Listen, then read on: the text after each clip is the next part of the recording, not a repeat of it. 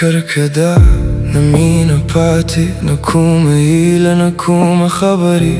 سترګې د وینم خو زړه مې چوپ دی، لکه اسمان چې به ستورو شپې وي. نه راته نه ګدي نه رانه لري، نه د یاد درد شی نه خوښي راوړي. زما په زړه کې یو تشه پرته ده چې نوم یې پات نشي ښودلی.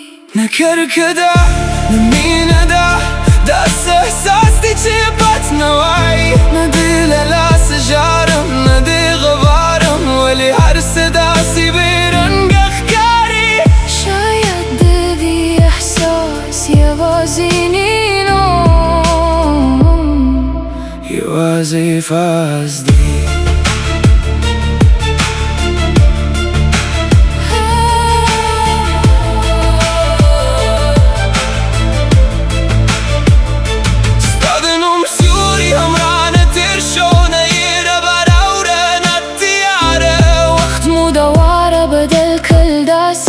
کسین چې خپ له لاره هېره کړي.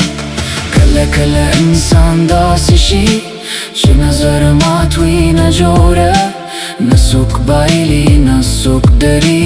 یوازې احساسونه ورو ورو خاموش شي. نه کرکه ده، نه مینه ده، دا د خاموش زړه کیسه ده چې هره پاره یې سپینه پاتې نه پکې ستا نوم نه زما. کس پاتې شول ورته بل وایئ یوازې